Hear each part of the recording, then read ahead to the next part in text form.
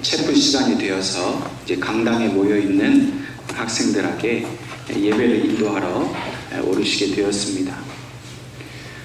그 강당에 오르시는데 큰 항아리 2개를 가지고 올라오시는 겁니다. 한 항아리에는 물고기가 많이 담겨 있고 또 한 항아리에는 그저 맑은 물만 담겨진 그런 항아리였습니다. 이제 이 예배 시간 순서가 따라서 찬양 시간이 지나고 또 기도 시간이 지나고 이제 드디어 이 목사님이 설교를 하는 시간이 되었습니다. 학생들은 예배를 시작할 때부터 계속해서 그 항아리 2개를 보면서 어항 2개를 보면서 궁금해했습니다. 목사님은 이제 모든 학생들이 그 어항을 보고 있는 것을 아시고 아무 말도 없이 그 물고기가 들어있는 어항에다가 검은 폐수를 들이부었습니다. 오염된 물이 들어오니까 그 물고기들이 막 서로 그냥 살겠다고 그냥 발버둥을 치는 것이지.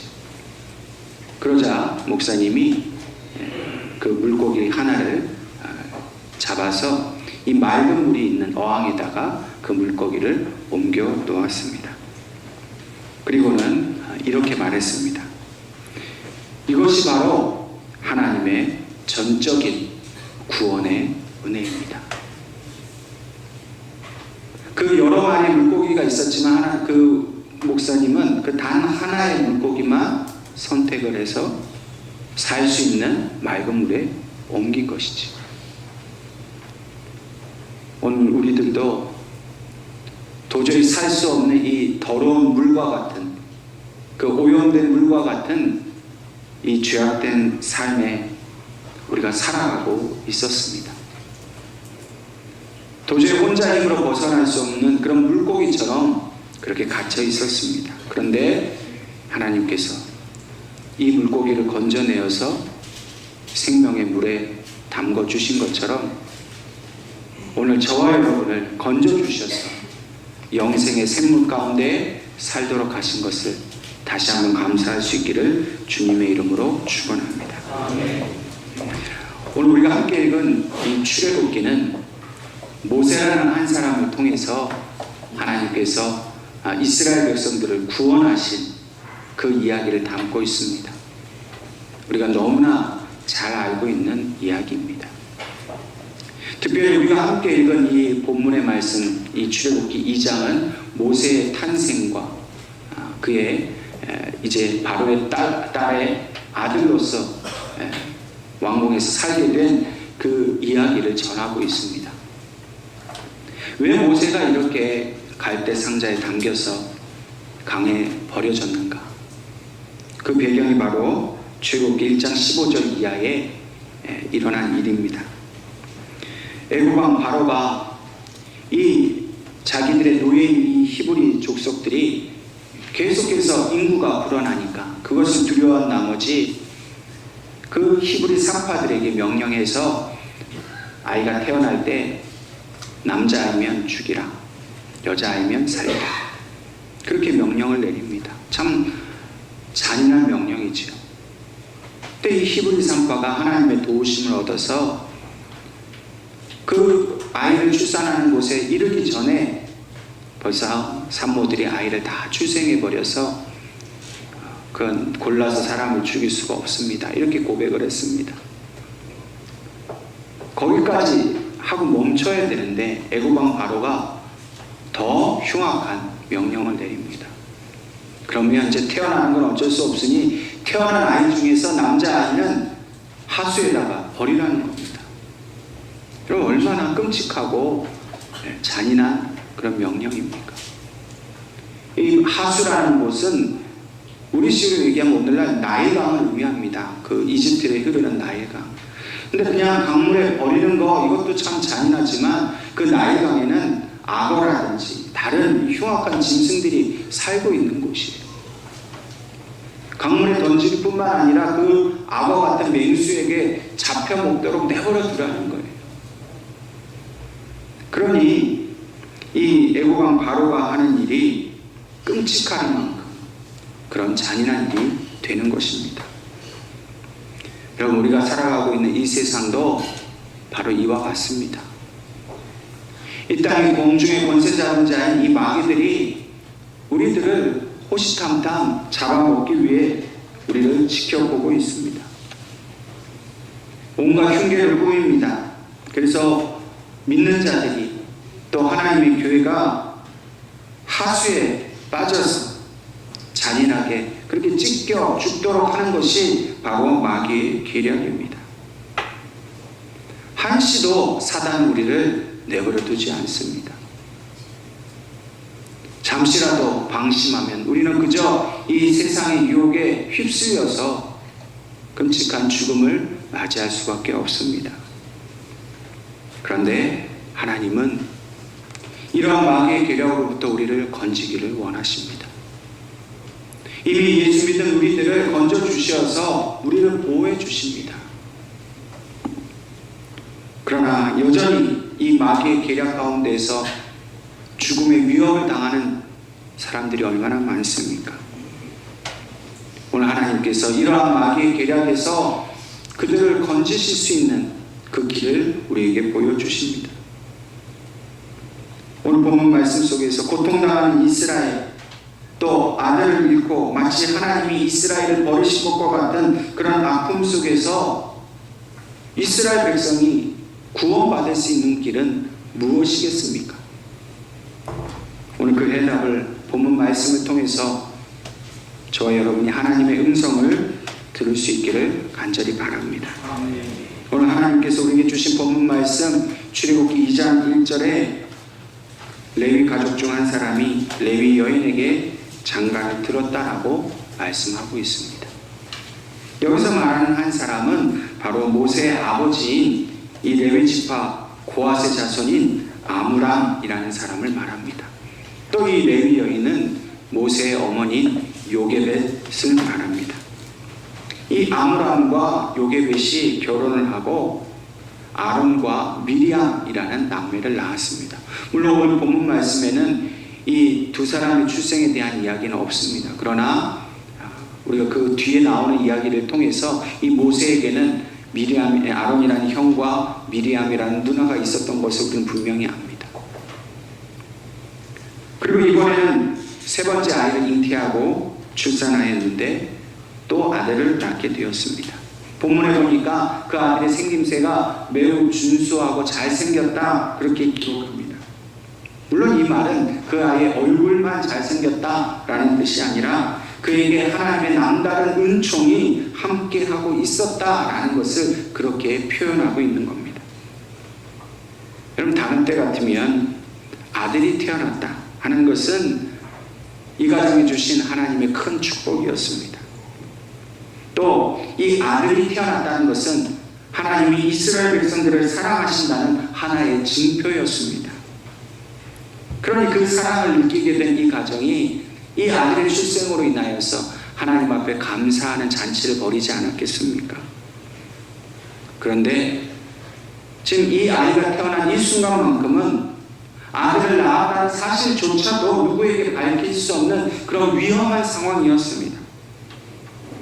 왕의 명령이 있었기 때문에 누구든지 히브리인의 아들은 반드시 이 나일강에 버려야 했기 때문입니다. 모세의 부모는 이 아들의 출생을 숨겼습니다. 철저하게 비밀로 하고 무려 석 달 동안이나 그 아이를 감추었습니다. 그러나 아이가 자라면서 점점 울음소리도 커지게 되니까 이제는 이 부모의 힘으로 더 이상 이 아이를 지킬 수가 없게 된 것입니다. 부모가 밤새 아마 고민을 했을 겁니다. 죽는 것 같은 고통으로 고민을 했을 겁니다. 그리고는 마침내 결단을 내렸습니다. 아들을 이 바로의 명령대로 강에다 버릴 것이냐, 아니면 애굽 사람에게 발각이 되어서 온 가족이 다 죽게 될 것이냐 하는 그 상황이었습니다. 그런데 이때 이 아이의 부모가 내린 결단은 갈대 상자에 역청과 나무진을 발라서 물이 들어오지 못하게 한 다음에 아이를 그 상자에 담아 하수에다 내놓는 일입니다.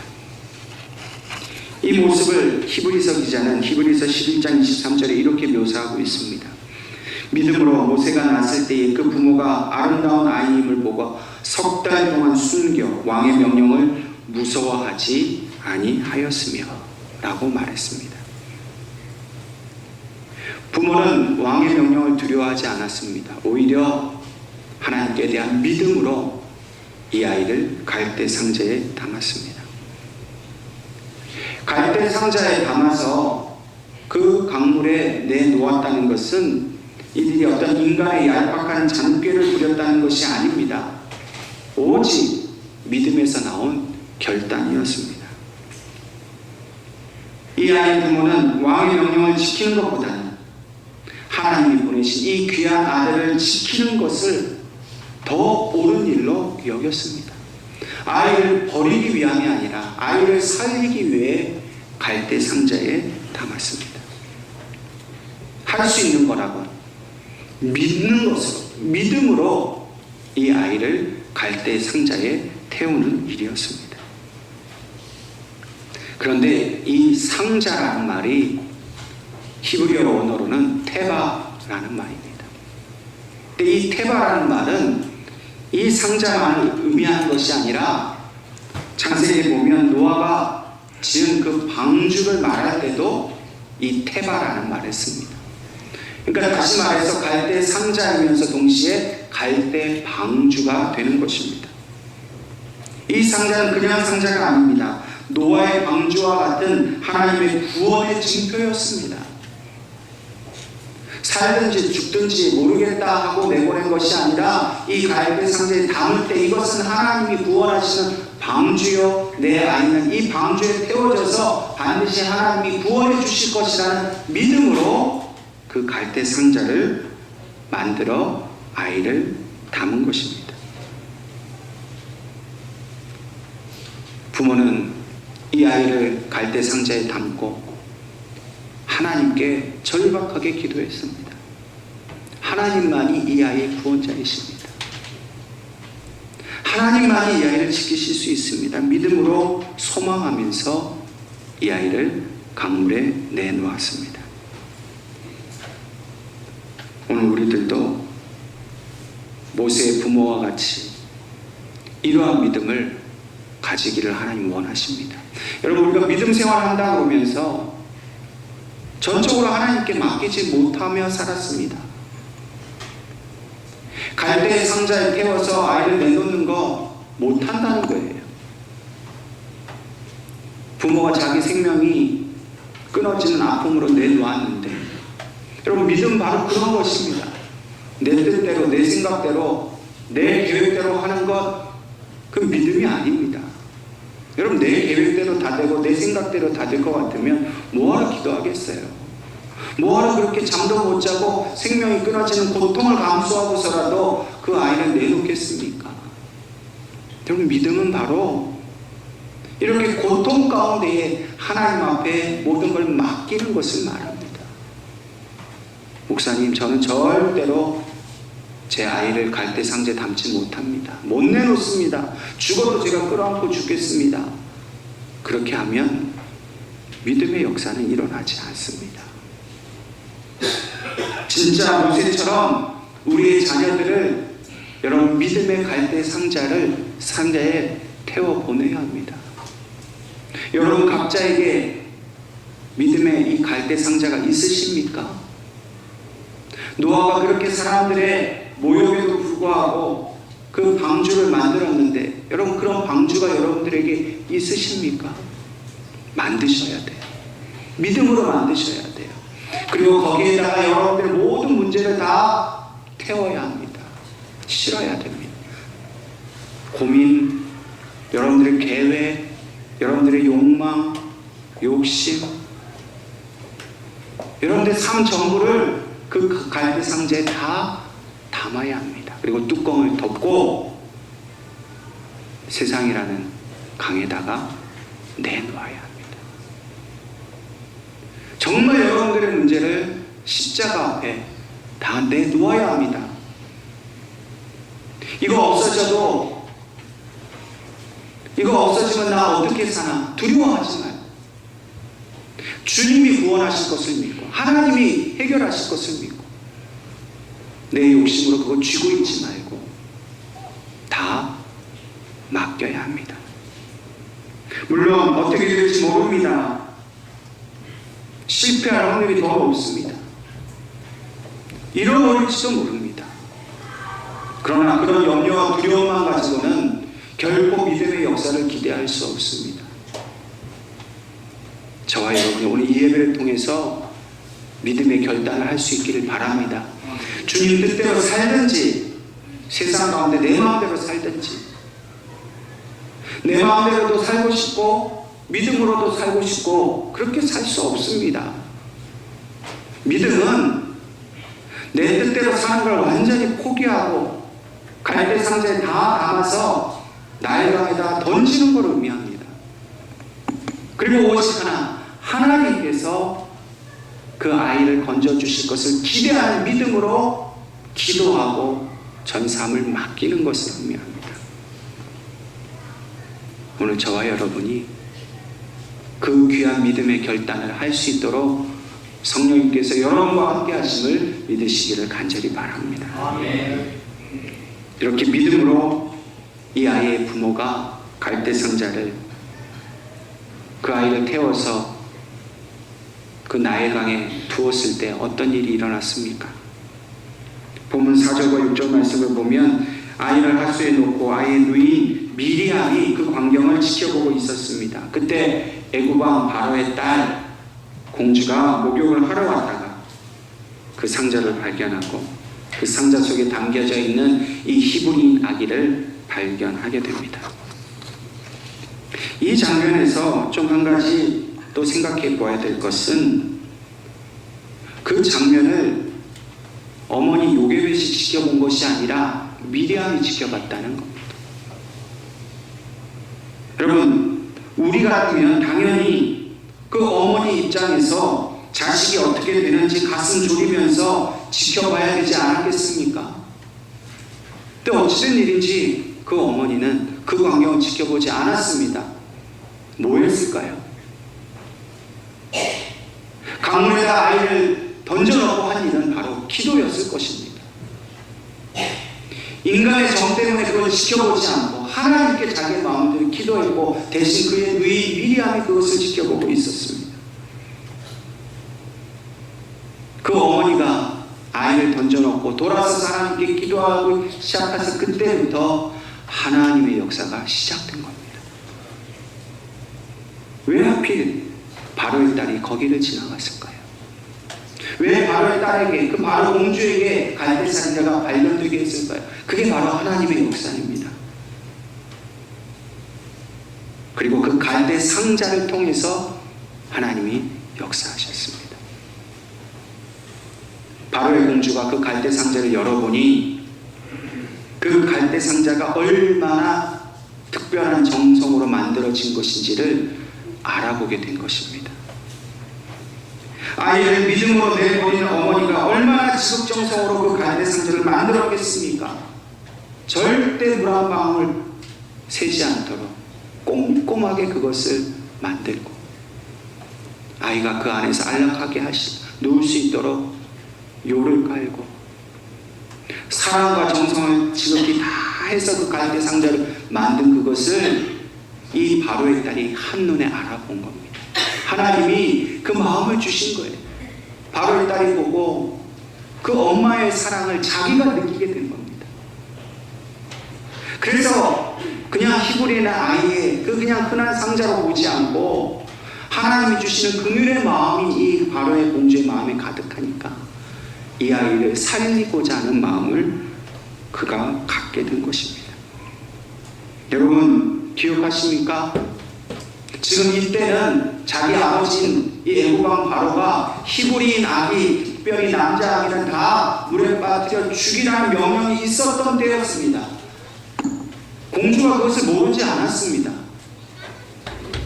만약에 이 아이를 살린다면 자기 아버지 명령을 어기는 일이에요. 그럼에도 불구하고 이 바로의 공주는 그 그 속에서 하나님의 감동을 받았기 때문에 이 아이를 살리고자 했다는 것입니다. 이때 이 모습을 지켜보고 있었던 아이의 누이가 즉시로 공주에게 달려가서 아이를 위해 유모를 찾아보겠다라고 나서게 됩니다. 이 미리암이 참 지혜로운 아이였던 거예요. 7절 말씀에 그의 누이가 바로의 딸에게 이르되 내가 가서 당신을 위하여 히브리인 여인 중에 유모를 불러다가 이 아기에게 젖을 먹이게 하리이까. 지금 미리암이 뭐라고 얘기했다고요? 내가 당신을 위하여 유모를 찾겠다는 겁니다. 이 미리암은 이미 이 아이의 생명은 공주님 당신에게 달려 있습니다. 이렇게 말한 겁니다. 그래서 내가 당신을 위해서 유모를 찾겠다는 겁니다. 마치 이 말은 하나님께서 하나님의 구원의 계획을 바로의 딸에게 위탁하시는 것과 같은 말씀입니다. 내가 이 아이를 너에게 맡긴다. 그런 의미로 이 미리암의 입을 통해 하나님이 말씀하신 겁니다. 표면적으로는 이 아이의 생명이 이제 이 바로의 딸에게 전적으로 매달려 있는 것 같지만은 실제적으로는 하나님께서 이 모든 일의 주관자가 되셔서 이 바로의 딸을 선택하시고 이 아이를 살리도록 하신 것입니다. 하나님의 감동 가운데 있는 이 바로의 딸이 드디어 허락을 합니다. 9절과 10절 말씀에 바로의 딸이 그에게 이르되 이 아기를 데려다가 나를 위하여 젖을 먹이라. 내가 그 삭슬 주리라. 여인이 아기를 데려다가 젖을 먹이더니 그 아기가 자라매 바로의 딸에게로 데려가니 그가 그의 아들이 되니라. 여러분, 모세의 어머니 요게벳이 다시 이 아이를 자기 품에 안게 되었습니다. 오직 믿음으로 그 아이를 흘려보냈는데 하나님께서는 바로의 딸을 통해서 다시 그 아이를 그 어미의 품에 되돌려 주신 겁니다. 젖을 먹이고 그 아이에게 무한한 하나님의 사랑, 어머니의 사랑을 베풀 수 있는 그런 은혜를 주셨습니다. 하나님께서는 아이의 어머니의 기도를 응답해 주셨습니다. 여러분, 믿음으로 사는 사람은 반드시 하나님께서 그 믿음의 열매를 거두도록 하십니다. 여러분, 우리가 육신을 위해서, 나 자신의 즐거움을 위해서 구하는 것, 그것은 열매 맺기가 엄청 어렵습니다. 불가능해 보입니다. 그러나 믿음으로 심은 것은 하나님 반드시 거두게 하시는 줄로 믿으시기 바랍니다. 여러분, 뭐든지 믿음으로 심으셔야 돼요. 자녀를 위해서 여러분 자녀의 미래를 염려하십니까? 그러면 이 모세 어머니와 같은 믿음으로 사셔야 됩니다. 여러분들의 가정에 필요하고 있어야 할 것들이 있지 않습니까? 정말 없으면 죽을 것 같은 그런 문제의 해결이 필요하지 않습니까? 그러면 믿음으로 심으십시오. 내 힘으로 내 생각만으로는 되지 않습니다. 갈대 상자를 강물에 내려버려 두고 하나님 앞에 무릎 꿇은 그 요게벳처럼 저와 여러분이 날마다 하나님 앞에 나와 믿음으로 기도할 때에 하나님은 여러분들이 던져놓은 그 갈대 상자를 다시 구원하셔서 그 아이를 여러분들의 품에 안기게 해주실 줄로 믿습니다. 하나님은 이제 이 믿음의 역사 가운데에 이 아이를 그 부모의 그 믿음 안에서 자라도록 하셨습니다. 양육할 책임도 이 아이, 이 부모에게 주셨습니다. 우리가 잘 알고 있듯이 유대인의 교육은 어머니가 책임지게 되어 있습니다. 왜냐하면 어머니가 젖을 먹이기 때문에, 어머니와 이 아이가 잠시도 떨어져 있지 않기 때문에 그 젖을 먹일 때부터 하나님의 말씀을 가르치도록 하고 있습니다. 모세는 이렇게 어머니의 사랑 속에서 하나님의 말씀을 배우게 되었습니다. 장차 이스라엘 백성을 구원하게 된 이 아이가 마땅히 배우고 공부하여야 할 모든 말씀, 모든 믿음의 자세를 하나님께서는 이 부모에게 맡기신 겁니다. 여러분, 우리 자녀들도 우리가 이렇게 키워야 합니다. 내 생각대로 내 욕심대로 키우려고 하면 그 아이를 통해서 하나님의 구원의 역사가 일어나지 않습니다. 오직 말씀으로, 오직 믿음으로 내 욕심은 내려놓고 하나님이 원하시는 일이 무엇인지를 그 아이에게 잘 가르치면 장차 그 아이가 모세가 되어서 하나님의 구원의 뜻을 이루게 될 줄로 믿으시기를 바랍니다. 아이는 아무런 어려움 없이 믿음의 부모 아래서 또 하나님의 말씀으로 하나님의 사람으로 성장하게 되었습니다. 그리고 하나님의 그 구원 계획 속에서 이제 그가 바로의 왕궁에 들어가서 그곳에서 왕자로 살게 되었습니다. 바로의 공주는 아이에게 모세라는 이름을 지어 주었습니다. 본래 이 모세라는 이름은 애굽말로 지어진 어떤 이름을 히브리어, 이 이스라엘 사람들의 말로 번역한 말입니다. 그리고 그 하나님의 이 역사가 이 모세라는 이름 속에 담겨 있습니다. 원래 이 애굽식 이 모세 이름은 모세스입니다. 모세스. 근데 그 모세스라는 애굽말을 이제 이 히브리 성경을 기록하는 사람이 모세라는 히브리 말로 이제 번역해서 쓴 것이죠. 모세스라는 말은 오늘 본문에 나와 있는 것처럼 물에서 건져냈다라는 뜻입니다. 건짐을 받았다라는 수동형의 의미입니다. 그런데 이 말을 히브리어인 모세라는 말로 옮겨 적으면 이 말이 수동태에서 능동태로 바뀝니다. 그래서 모세라는 히브리식 말의 뜻은 건짐을 받은 자가 아니라 건져내는 자가 되는 겁니다. 그러니까 원래 애굽식 뜻인 건짐을 받았다라는 것이 모세의 뜻이지만 히브리식으로는 그는 건져내는 자라는 겁니다. 단순히 모세는 그냥 죽었다가 살아난 사람이 아닙니다. 물에서 건져진 사람이 아니라 장차 이스라엘 백성은 이 애굽 땅에서 건져내는 자가 되게 하시는 것이 하나님의 뜻인 겁니다. 여러분, 오늘 우리도 먼저 하나님께 건짐을 받았습니다. 근데 이 모세가 오늘 우리에게 누구로 다가오셨습니까? 바로 예수님이십니다. 모세는 예수님의 표상입니다. 자기 백성을 그 죄악된 땅, 죽음의 땅에서 건져내시는 분, 예수님 바로 그런 분입니다. 오늘 우리 인생을 축복해 주시고 인도해 주시고 우리에게 믿음을 주시고 생명을 주셔서 이 죄악된 세상에서 죽지 않도록 우리를 살려주시고 건져주신 분이 바로 우리 주님이시며 우리 아버지이십니다.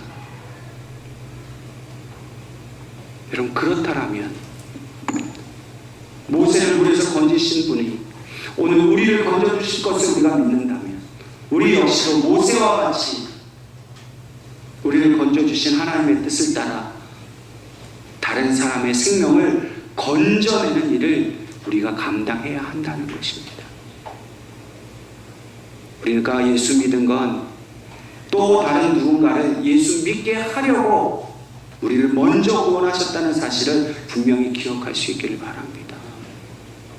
그리고 이렇게 건져주시는 하나님이 우리와 함께 하시기에 비록 바로 왕의 그 죽이겠다는 위협과 나를 향해 두려움이 우리 앞에 있다 할지라도 결코 염려하지 않아야 한다는 겁니다. 갈대상자라는 책을 쓰신 김영애 사모가 그의 책에 이렇게 기도문을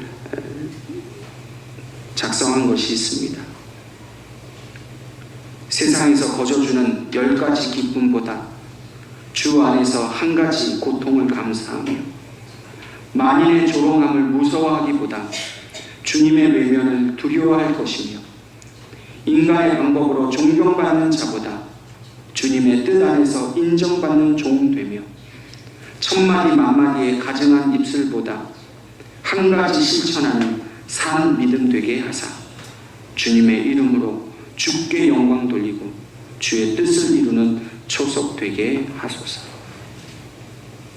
여러분, 우리에게 어떤 환난이 오고 어떤 세상의 유혹이 와도 모세의 어머니와 같은 믿음의 결단을 할 수 있길 바랍니다. 이 기도가 오늘 저와 여러분의 기도가 되어야 할 것입니다. 사람의 길, 세상의 길을 따르지 않고 오직 믿음의 길을 따라서 우리를 날마다 건져주시는 그 하나님의 은혜를 누리며 살아가시기를 주님의 이름으로 축원합니다. 기도하겠습니다.